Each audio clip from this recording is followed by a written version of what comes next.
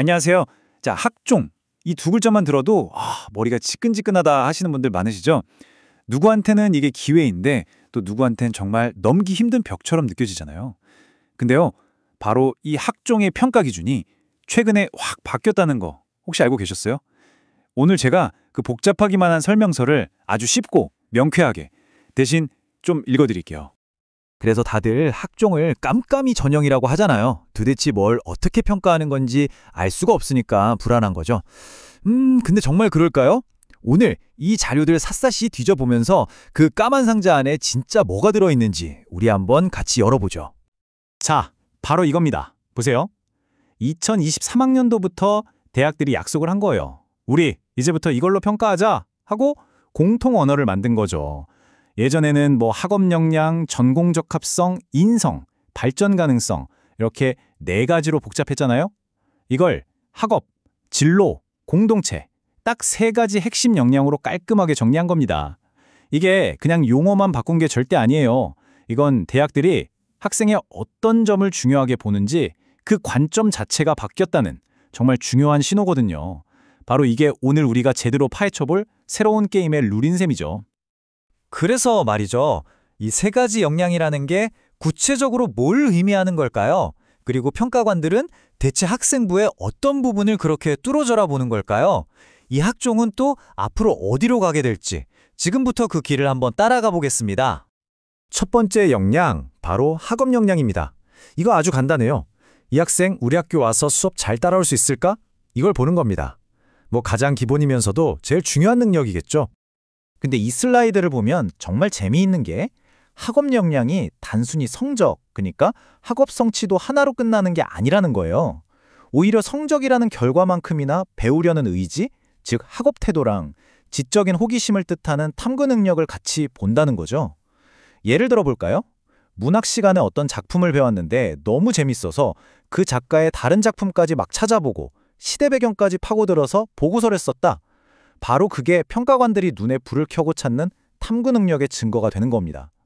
성적표 숫자 뒤에 숨어있는 진짜 실력이죠. 이거 정말 많은 학생들이 걱정하는 부분이죠. 성적이 떨어졌는데 어떡하죠? 물론 성적이 쭉 오르면 당연히 좋죠. 하지만 대학은 성적이 왜 떨어졌는지 그 이유를 궁금해합니다. 예를 들어서 좀 더 어려운 심화 과목에 도전하느라 등급이 살짝 떨어졌다거나 아니면 다른 학교 활동에 진짜 열심히 참여하느라 잠시 주춤했다면요. 평가관들은 그 맥락을 충분히 이해하고 긍정적으로 봐준다는 겁니다. 자, 다음은 진로 역량입니다. 이게 예전에 전공적 합성을 대신하는 개념인데 뉘앙스가 좀 달라요. 옛날에는 의대 갈 거면 의료봉사만 해야지 이런 식이었다면 이제는 이 친구가 생명에 대한 관심이 깊어서 생명과학 수업도 진짜 열심히 들었네? 관련 책도 찾아 읽고 의료 윤리 토론까지 주도했구나 하는 그 과정 자체를 훨씬 더 중요하게 본다는 뜻입니다. 훨씬 유연하고 넓은 개념으로 바뀐 거예요. 여기서 제일 중요한 키워드는 바로 연결이에요. 내가 이 과목을 왜 골랐고 이 수업에서 뭘 느꼈고 그 배움이 어떻게 동아리 활동이나 독서로 이어졌는지를 하나의 이야기로 엮어주는 거죠. 그냥 활동 목록만 쭉 나열하는 게 아니라 흩어져 있는 점들을 이어서 하나의 별자리를 만들듯이 각각의 활동들이 어떻게 나라는 사람의 관심사를 보여주는지 그 연결고리를 만드는 게 핵심입니다. 그리고 이거 진짜 중요한 포인트입니다.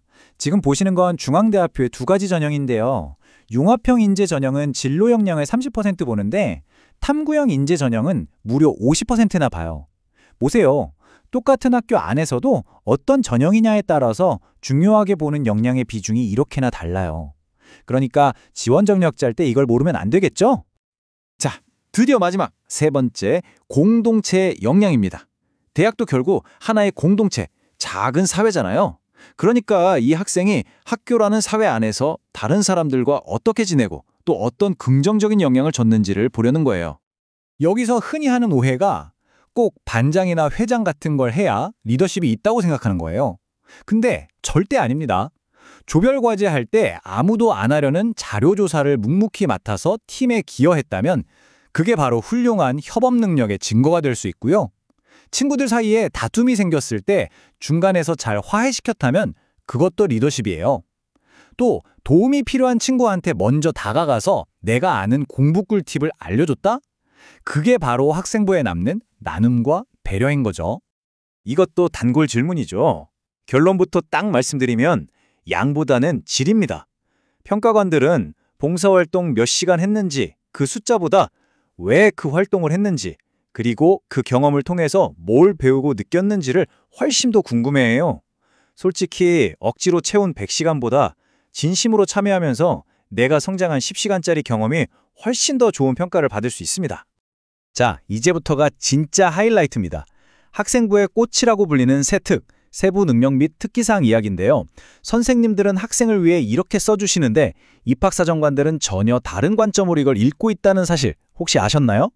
여기 아주 미묘하지만 당락을 가를 수도 있는 결정적인 시각 차이가 있습니다.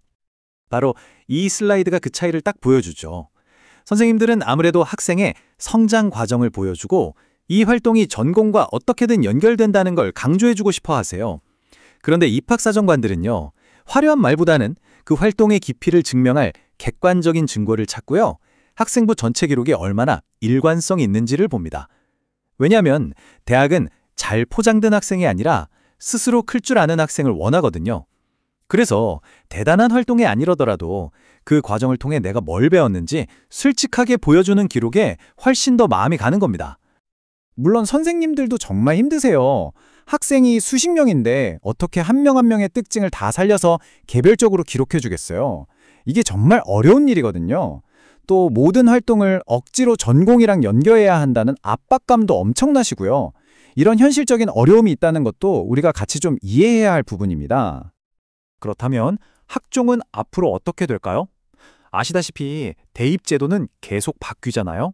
학종의 평가 철학 역시 계속해서 진화하고 있습니다. 앞으로의 방향을 딱 한마디로 요약하면 바로 이겁니다. 이 학과에 딱 맞는 스펙을 찾는 좁은 의미의 전공 적합성은 이제 옛말이 되어가고 있어요. 대신 학생이 자기의 지적 호기심을 얼마나 다양한 학문 분야랑 연결하고 넓혀 나갔는지를 보는 훨씬 더 넓은 관점으로 평가에 무게중심이 옮겨가고 있다는 거죠. 예를 들면 경제학과 가고 싶다고 꼭 경제 동아리만 할 필요가 없다는 거예요. 오히려 역사 속에서 시장 경제의 원리를 찾아내거나 문학 작품을 보면서 인간의 비합리적인 소비 심리를 분석해내는 것. 바로 이런 게 대학들이 지금 보고 싶어하는 새로운 융합적 탐구의 모습입니다. 그러니까 결국 학종의 본질은 정해진 스펙 리스트에 체크 표시를 하는 게임이 아닌 거예요. 학교라는 무대 위에서 나라는 사람의 성장 스토리를 어떻게 써 내려갈 것인가, 그 고민 자체가 바로 학종인 거죠. 그리고 학생부는 그 모든 이야기들을 담아내는 한 권의 책이고요. 마지막으로 이 질문을 한번 던져봅니다. 여러분, 학종은 단순히 지난 3년의 기록을 평가하는 걸까요? 아니면 그 기록을 바탕으로 앞으로의 가능성을 예측하는 걸까요? 어쩌면 이 질문에 대한 나만의 답을 찾아가는 과정이야말로 학종을 준비하는 가장 현명한 첫걸음이 아닐까 싶습니다.